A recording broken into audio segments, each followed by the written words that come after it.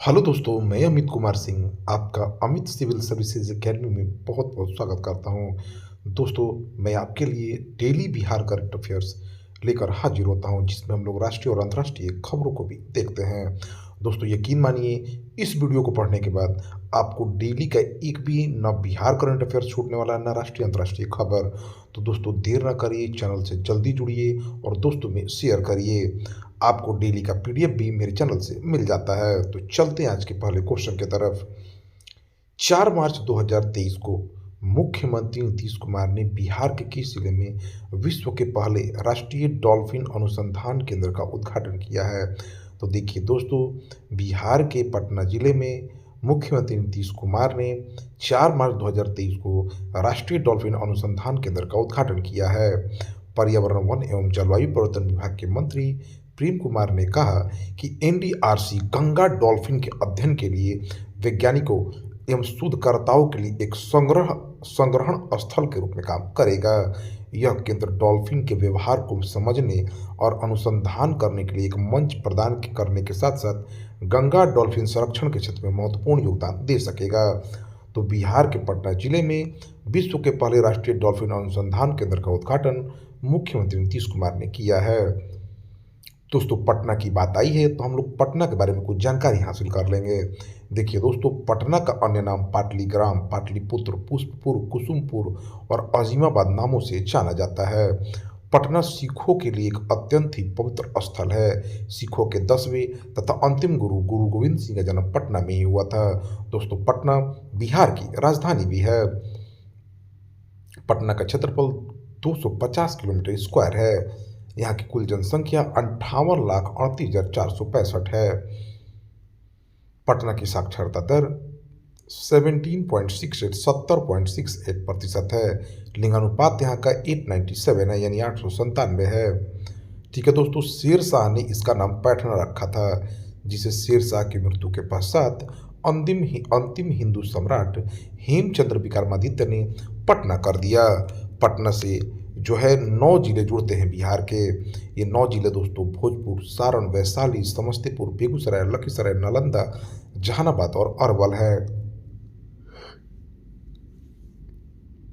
तो next question की तरफ चलते हैं दोस्तों, दूसरे क्वेश्चन की तरफ। बिहार विद्युत विनियामक आयोग का छठा अध्यक्ष किसे बनाया गया? देखिए दोस्तों, बिहार के पूर्व मुख्य सचिव जिन्होंने हाल ही में वीआरएस ले लिया, आमिर सुबहानी को जो है मुख्य सचिव, बिहार के मुख्य सचिव पद से वीआरएस लेने के बाद बिहार विद्युत विनियामक आयोग का छठा अध्यक्ष चुना गया है आमिर सुबहानी को। ठीक है। आईएएस, अभी हाल ही की न्यूज है दोस्तों, आईएएस ब्रजेश मेहरोत्रा को आमिर सुबहानी के जगह पर बिहार के मुख्य सचिव के रूप में चुना गया है। आईएएस चैतन्य प्रसाद को बिहार के विकास आयुक्त के बनाया गया है।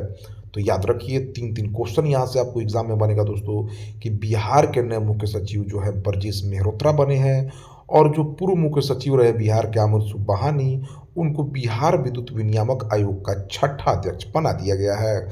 साथ ही साथ आईएएस चैतन्य प्रसाद को बिहार के विकास आयुक्त के रूप में चुना गया है। इसके साथ साथ दोस्तों, बिहार विद्युत विनियामक आयोग ने बिहार के बिजली उपभोक्ताओं को बड़ी राहत दी है। बिजली की दरों में 2% की कटौती कर दी गई है,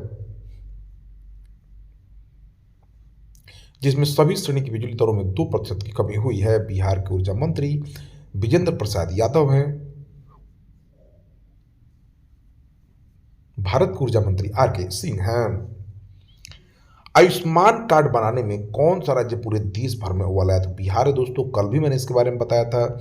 आयुष्मान भारत प्रधानमंत्री जन आरोग्य योजना एवं मुख्यमंत्री जन आरोग्य योजना के तहत विशेष अभियान के तहत 2 दिन में बिहार में 28 लाख आयुष्मान कार्ड बनाए गए हैं। आयुष्मान भारत प्रधानमंत्री जन आरोग्य योजना को प्रधानमंत्री नरेंद्र मोदी ने साल 2018 में लागू किया था।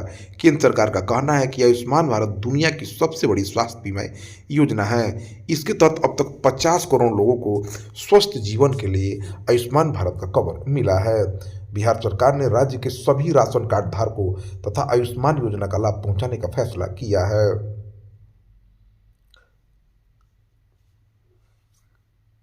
चौथे क्वेश्चन की तरफ।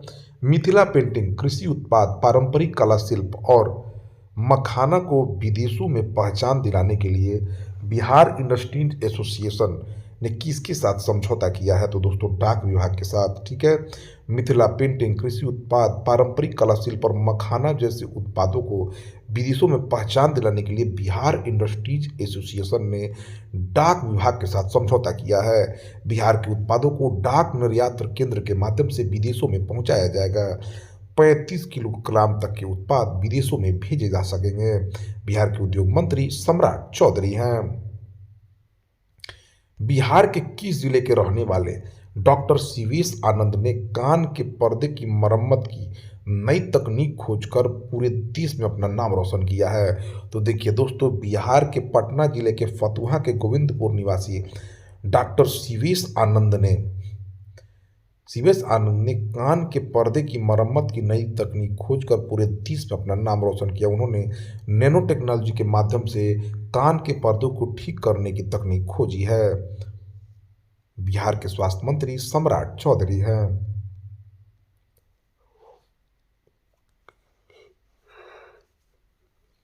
सीमा सुरक्षा बल की पहली महिला स्नाइपर कौन बनी है? तो दोस्तों ये सुमन कुमारी बनी है। सीमा सुरक्षा बल की सब इंस्पेक्टर सुमन कुमारी सीमा सुरक्षा बल की पहली महिला स्नाइपर बन गई हैं। सुमन ने हाल ही में इंदौर के central school of weapons and tactics में 8 सप्ताह का स्नाइपर कोर्स पूरा किया है। प्रशिक्षक ग्रेड हासिल किया उन्होंने। सुमन हिमाचल प्रदेश के मंडी जिले की रहने वाली हैं। वह साल 2021 में बीएसएफ में शामिल हुई। बीएसएफ की स्थापना 1 दिसंबर 1965 को हुई थी। हाल ही में चर्चा में रहा मेलोनोक्लेमिक्स द्रौपदी निम्नलिखित में से किससे संबंधित है? दोस्तों ये एक समुद्री प्रजाति है। भारतीय प्राणी सर्वेक्षण जूलॉजिकल सर्वे ऑफ इंडिया ने रूबी लाल धब्बे वाले हेड शील्ड समुद्री स्लग की एक नई समुद्री प्रजाति का नाम भारत की राष्ट्रपति द्रौपदी मुर्मू के नाम पर रखा है। मेलानोक्लामिक्स जीन से संबंधित इस प्रजाति की खोज पश्चिम बंगाल तट के दीघा और उड़ीसा तट के उदयपुर से की गई थी। हेड शील्ड समुद्री स्लग की नई प्रजाति है जो दुनिया में कहीं नहीं पाई जाती है। इसका नाम मेलानोक्लामिस द्रौपदी रखा गया है। हाल ही में ओशन ग्रेस नामक एएसटीडीएस टग का उद्घाटन किसने किया है? तो सर्बानंद सोनोवाल ने। केंद्रीय पोत परिवहन एवं जलमार्ग मंत्री सर्बानंद सोनोवाल में हाल ही में ओशन ग्रेस नामक 60T बोलार्ड पुल टग और मेडिकल मोबाइल यूनिट का उद्घाटन किया है। Ocean grace made in India STDS tug बड़े जहाज़ों को खींचने वाली छोटी नाव है।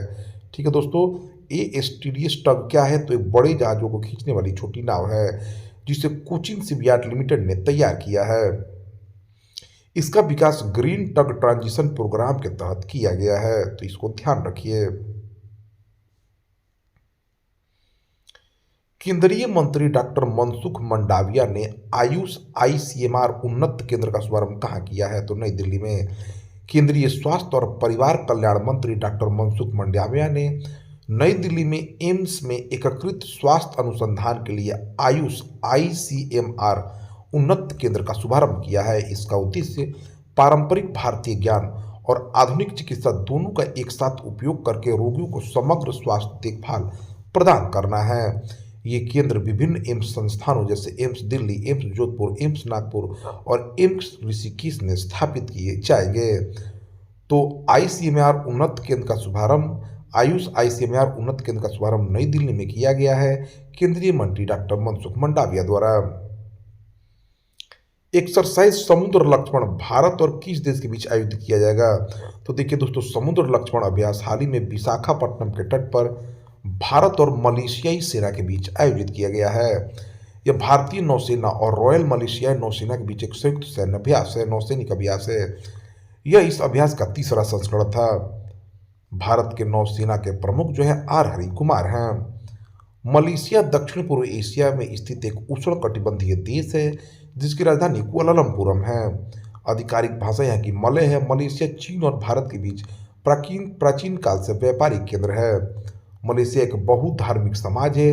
मलेशिया में प्रमुख धर्म इस्लाम है। मलेशिया के प्रधानमंत्री अनवर इब्राहिम हैं। अदिति योजना निम्न में से किस क्षेत्र से संबंधित है? तो रक्षा क्षेत्र से। रक्षा मंत्री राजनाथ सिंह ने नई दिल्ली में डिफ कनेक्ट 2024 के दौरान महत्वपूर्ण और रणनीतिक रक्षा प्रौद्योगिकियों में नवाचारों को बढ़ावा देने के लिए अदिति योजना की शुरुआत की है। योजना के तहत स्टार्टअप रक्षा प्रौद्योगिकी में अपने अनुसंधान, विकास और नवाचार प्रयासों के लिए 25 करोड़ रुपए तक की अनुदान सहायता प्रदान कर प्राप्त करने के पात्र होंगे। 2023-24 से 2025-26 की अवधि के लिए इस योजना के लिए 750 करोड़ रुपया आवंटित किए गए हैं। हाल ही में किस राज्य के वन विभाग ने 2 मार्च 2024 को 65,724 पौधों से हिंदी में भारतमाला लिखकर गिनीज विश्व रिकॉर्ड बनाया है? तो दोस्तों देखिए, महाराष्ट्र वन विभाग ने 2 मार्च 2024 को 65,724 पौधों से हिंदी में भारतमाला लिखकर गिनीज विश्व रिकॉर्ड बनाया है। राज्य के चंद्रपुर में चल रहे ताडोबा महोत्सव 2024 में यह उपलब्धि हासिल की गई है। महाराष्ट्र के मुख्यमंत्री एकनाथ शिंदे और वन मंत्री सुधीर मुनगंटीवार हैं। गिनीज वर्ल्ड रिकॉर्ड की स्थापना जुड़वा भाइयों नॉरिस और रॉस मैकविहर्टर ने 1955 में लंदन के फ्लिप स्ट्रीट में की गई थी। महाराष्ट्र के राज्यपाल रमेश बैस हैं। फ्लिपकार्ट ने किस बैंक के साथ मिलकर अपनी यूपीआई सेवाएं लॉन्च की है? तो देखिए दोस्तों, ई कॉमर्स कंपनी फ्लिपकार्ट ने अपनी खुद की यूनिफाइड पेमेंट इंटरफेस सर्विस शुरू की है। यह सर्विस फ्लिपकार्ट ऐप या ऐप के बाहर होने वाले ऑनलाइन और ऑफलाइन पेमेंट्स के लिए है। फ्लिपकार्ट यूपीआई एक्सिस बैंक के साथ साझेदारी में शुरू किया है। फ्लिपकार्ट इस रोल आउट के साथ पेटीएम, फोनपे, गूगल पे और अमेजॉन पे जैसे थर्ड पार्टी यूपीआई एप्स पर निर्भरता कम करने की योजना बना रहा है। किस केंद्रीय मंत्री ने 3 मार्च 2024 को हज सुविधा ऐप लॉन्च किया है? तो स्मृति ईरानी ने। हज यात्रा को सुचारू रूप से चलाने के लिए केंद्रीय मंत्री स्मृति ईरानी ने 3 मार्च को हज सुविधा ऐप लॉन्च किया है। इससे लोगों को कई तरह की जानकारी मिलेगी। इसमें वार्षिक तीर्थ यात्रा पर जाने वाले लोगों को जरूरी जानकारी, प्रशिक्षण मॉड्यूल और फ्लाइट की जानकारी और रहने की सुविधा जैसी महत्वपूर्ण सेवाओं तक सीधी पहुंच प्रदान करेगा।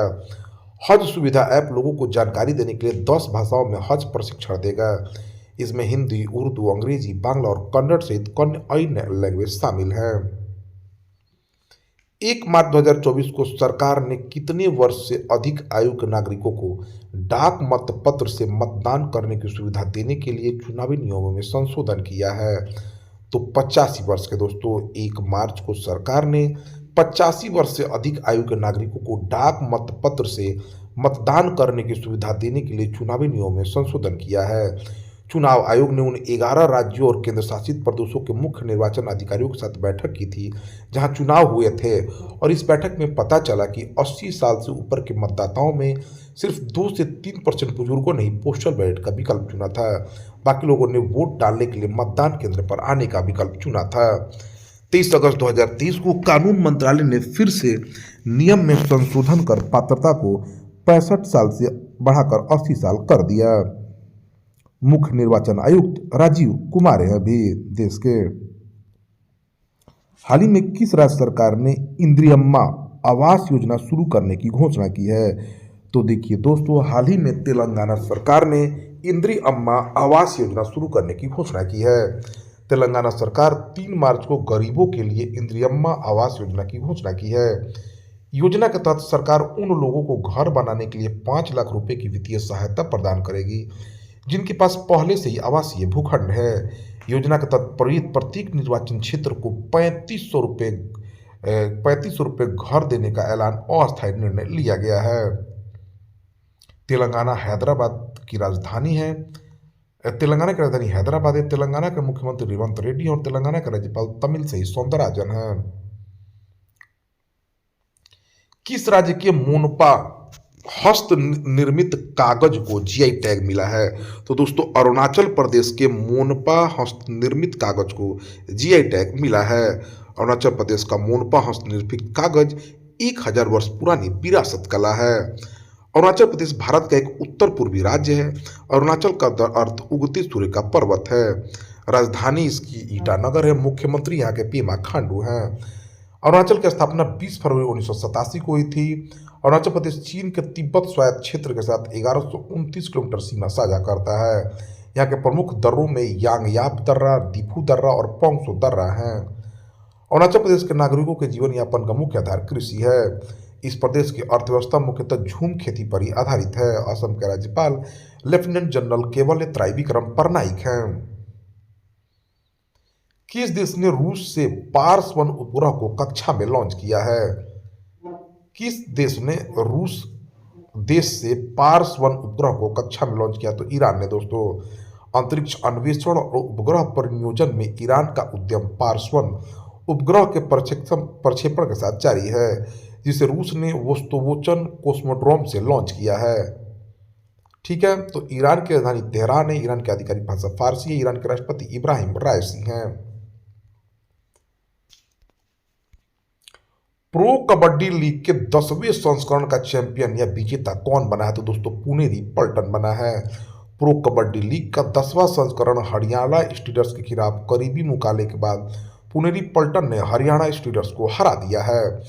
PKL 10 चैंपियन जो है पुनेरी पल्टन रहा। उप विजेता हरियाणा स्टीलर्स रहे। सर्वश्रेष्ठ रेडर का खिताब दबंग दिल्ली केसी के आंसू को दिया गया। केसी के आंसू मलिक को। टॉप डिफेंडर पुनेरी पल्टन के मोहम्मद रेजा सादुलई को। सर्वश्रेष्ठ उभरते खिलाड़ी दबंग दिल्ली केसी के योगेश दहिया को। सबसे मूल्यवान खिलाड़ी पुनेरी पल्टन के असलम इनामदार को मिला है। तो प्रो कबड्डी लीग के 10वें संस्करण का विजेता पुनेरी पल्टन है। अमेरिका गोल्फ एसोसिएशन के सर्वोच्च सम्मान बॉब जोन्स पुरस्कार से किसे सम्मानित किया गया है? किस गोल्फ खिलाड़ी को? तो टाइगर वुड्स को। दिग्गज गोल्फर टाइगर वुड्स को अमेरिकी गोल्फ एसोसिएशन के सर्वोच्च सम्मान बॉब जोन्स पुरस्कार के लिए चुना गया है। वुड्स ने PGA टूर में करियर में 82 जीत हासिल की, जिनमें 15 मेजर खिताब भी शामिल हैं। वुड्स 9 बार के USGA चैंपियन हैं। वुड्स को 2022 में विश्व गोल्फ हॉल ऑफ फेम में भी शामिल किया गया था। तो दोस्तों यह रहा 5 मार्च 2024 के सभी इंपॉर्टेंट बिहार करंट अफेयर्स, राष्ट्रीय तथा अंतर्राष्ट्रीय घटनाओं के साथ। तो दोस्तों ऐसे ही इंपॉर्टेंट अपडेट प्राप्त करने के आप हमारे चैनल से जरूर जुड़े। Thank you for watching my video.